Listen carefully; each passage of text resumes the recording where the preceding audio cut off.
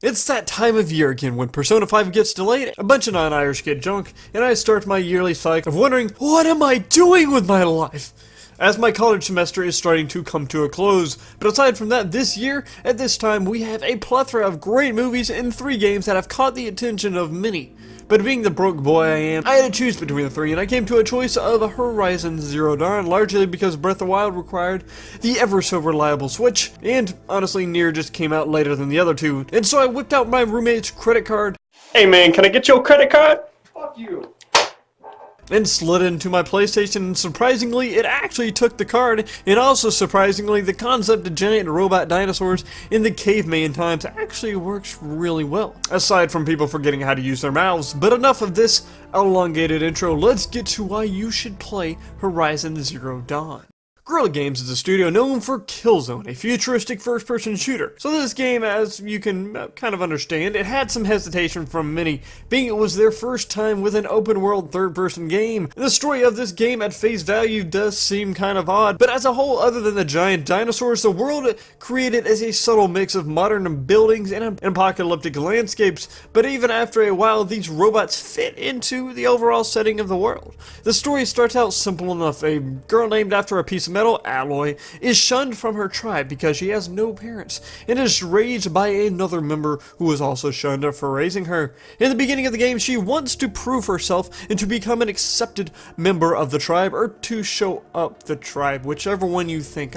Couldn't really tell. The story goes deeper than that though, with the main narrative being around 20 hours, and we find out a lot more about the world in the past before the world they're living in now. And overall, the story side of things is surprising note for me. I expected a simple, straightforward narrative about her proving herself, and nothing really special, and in the end it was a story that kept me wondering and questioning what was happening. And there may not be many characters, but the ones you do have, while maybe not the most standout characters for a story, are given enough depth to feel some sort of weight and importance that they have in the world. And as the story goes on, Alloy gets believable development by the end, and throughout she is a really strong character.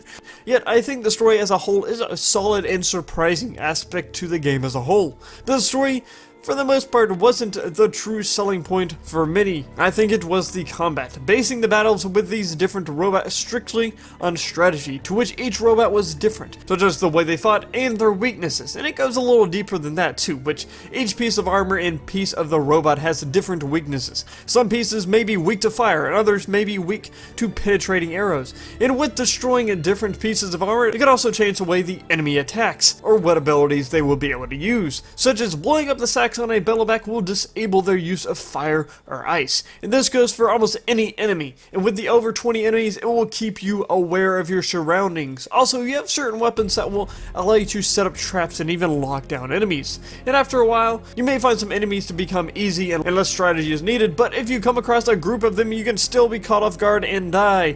It happened to me a few times. There are also human enemies located mainly in Assassin's Creed and Far Cry-like camps, but they aren't the most interesting enemies to fight in the world, and while the crafting system isn't the most in-depth either, it is enough to keep things interesting, going out of your way to gather items to set up for future battles. Also, the skill tree as a whole isn't anything special either, but you really feel the impact of the new abilities on especially using the slowing time and loading more than one arrow too.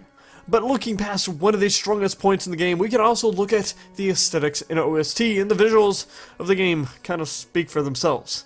The art style for the robots and characters are contrasting yet work well together, being how detailed the world and characters are. And the world is bright and colorful, but use of the dynamic weather system keeps the game from looking and getting bland or boring. And this goes for having a multitude of landscapes in the game too, because the world has you travel from snow to desert. Also, the little touches of enemies, or many of the enemies, having some sort of purpose, such as certain robots cut down trees, is a nice touch and make them feel more connected to the world. And the game, also being on the PS4, runs at a decently constant 30 FPS. Guerrilla Games knows how to make a beautiful game, but also run well too, only dropping a few times in very intense battles with more than probably 4 or so bigger enemies, and in cities too, but not much. As for the OCs, it is also very fitting for me not maybe not the most memorable OST in the world, it is still very solid and enjoyable with the tribal and melancholic music at times, and also a mixture of electronic and tribal music to fit the obvious blend the game has. And while I do really like this game, it has some aspects I think that could have been improved on, such as for things that aren't inherently bad but could be better. I would say a variety of weapons and armor could have been expanded, because around the halfway point through the game, I basically had the best armor and weapons that I could get. And also, not being able to buy new melee weapons was a little strange, but I did enjoy the weapons we are given. But I also could see this getting expanded later if they do make another one of these games. And also, these side missions are a mixed point for me, because honestly, after The Witcher 3, I am very picky about side missions, because that game brought them to a new standard. While I see that this game attempts to go off the beaten path and kind of take some aspects from The Witcher 3, and they try to avoid fetch quests, it falls a little short in many of the stories and the variety of tasks that come with them. And the fact that a lot of them literally fall on using the non-Witcher powers and following a path to the thing that you will fight or person that you will talk to is a little anticlimactic. And yes, I know The Witcher 3 did this too, but this game's storytelling, depth, and variety of tasks, it doesn't quite match it, becoming more of a shell of The Witcher 3 quests. And the best form of quests are largely the trials you are given and taking a multitude of robots out in different yet challenging ways. And as a whole, I do like that they are trying for different things. That's why I don't see it as a negative, because they are trying and it is somewhat different on many different missions. And the negatives I would say about the game are decently small, except for one big thing. First being the melee combat is a little slow and shallow as a whole, only having really assassination attacks, light attacks, and heavy attacks with no real blocking, parrying, or combos. But the game is largely made for the use of the bow and these other contraptions, so it's not that big of a deal, but I would like to see some expanding in that.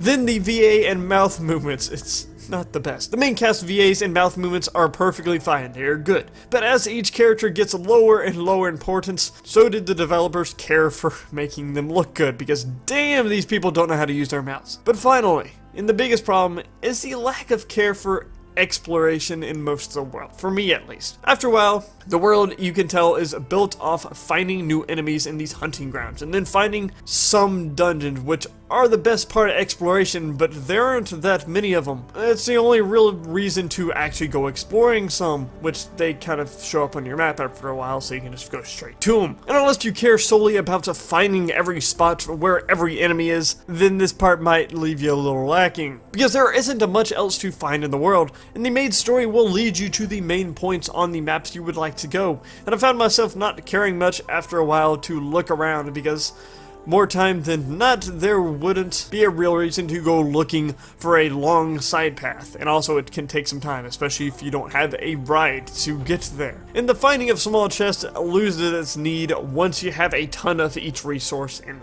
money. But nonetheless, from the secluded hype that this game has built, I will say, while not perfect, the game is damn fun and fast-paced to play. And the story can keep you going if you don't feel like there is enough to do in the world as you near the end. But I feel the challenge of the enemies with challenging areas like trying to get on top of these giant robotic drafts, the strategic fluid gameplay, intriguing futuristic dungeons, enjoyable characters, and a solid story makes this game. And I think anyone that is a fan of third-person open-world games, anyone who likes a variety of enemies and fast-paced combat should play it. So that is why you should play Horizon Zero Dawn. Otherwise, let me know what you thought of the game. Do you like it? Do you hate it? Or do you plan on getting it now? And that is it. My name is Arcane, and I will see you all next time.